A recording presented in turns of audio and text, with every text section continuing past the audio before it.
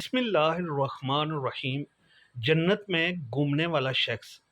سیدنا ابو ہریرہ رضی اللہ تعالیٰ عنہ سے روایت ہے کہ نبی رحمت صلی اللہ علیہ وآلہ وسلم کا فرمان ہے، میں نے ایک شخص کو دیکھا، وہ جنت میں بڑے مزے سے گھوم پھر رہا تھا۔ اس کی نیکی یہ تھی کہ اس نے راہگیروں کے لیے تکلیف کا باعث راستے میں کھڑا ایک درخت کاٹ کر دور کیا تھا۔ مندرجہ بالا حدیث پاک میں ایک شخص نے لوگوں کی ایک تکلیف کو دور کیا، جس کی وجہ سے جنت میں اللہ کی رضا مل گئی، مگر ہمارے ہاں تو الٹی گنگا بہہ رہی ہے۔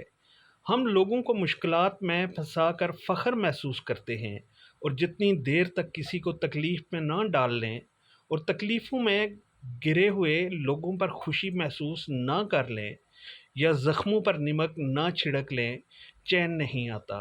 یہ بہت بڑے بڑے گناہوں میں سے ایک گناہ ہے۔